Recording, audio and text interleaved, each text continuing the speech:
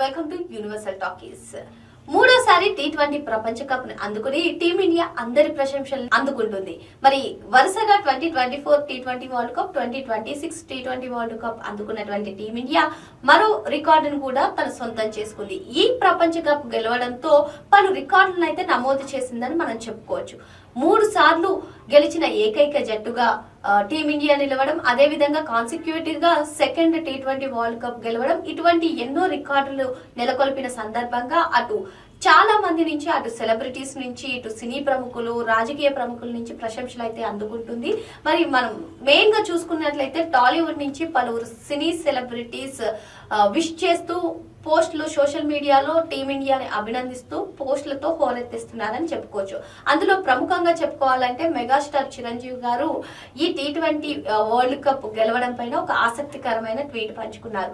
జట్టులో కనిపిస్తున్నటువంటి ఆత్మవిశ్వాసం, యూనిటీ, పట్టుదల ఈ టీ20 వరల్డ్ కప్ ను గెలిచారు అంటూ ఆయన స్పెషల్ గా ఒక పోస్ట్ చేయడం ప్రస్తుతం సోషల్ మీడియాలో చక్కర్లు కొడుతుంది. ఈ విజయం పైన ఒక్క మెగాస్టారే కాకుండా టాలీవుడ్ నుంచి చాలా మంది ప్రముఖులు రియాక్ట్ అయ్యారు. అందులో మరొకరు మనం చెప్పుకోవాల్సింది ప్రస్తుత AP deputy CM Pawan Kalyan గారు.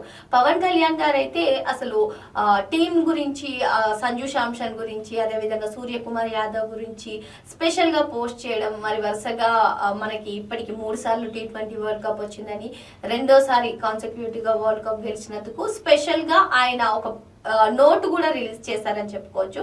మరి 3 సార్లు అందుకున్నటువంటి ఇండియాకి ప్రపంచ వ్యాప్తంగా ప్రశంసల వర్షం కురుస్తుందని మనం చెప్పుకోవచ్చు. అంతేకాకుండా జూనియర్ ఎన్టీఆర్ కూడా ఒక స్పెషల్ పోస్ట్ చేశారు.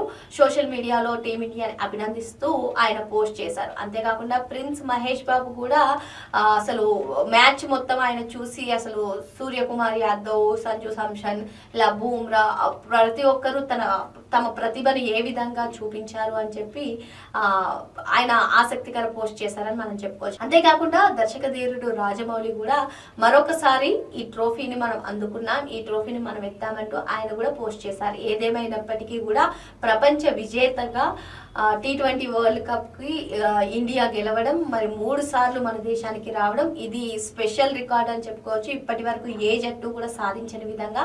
అంతేకాకుండా కాన్సిక్యూటివ్ గా 4 టైమ్స్ ఫైనల్ కి చేరటం ఇండియా.